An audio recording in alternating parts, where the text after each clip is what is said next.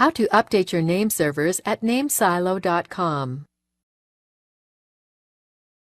This demo assumes you have a domain name registered through nameservers.com and starts from their homepage.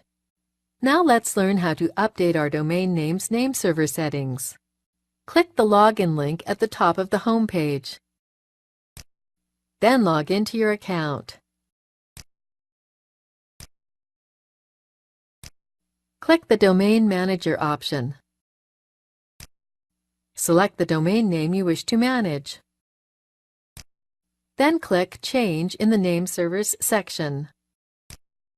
Enter your new name servers here, then click Submit.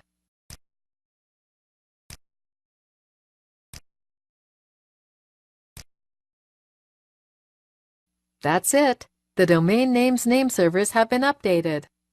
Please note that it could take up to 24 hours for your new name servers to propagate and be recognized across the Internet. This is the end of the tutorial. You now know how to update your domain name's name server settings at namesilo.com.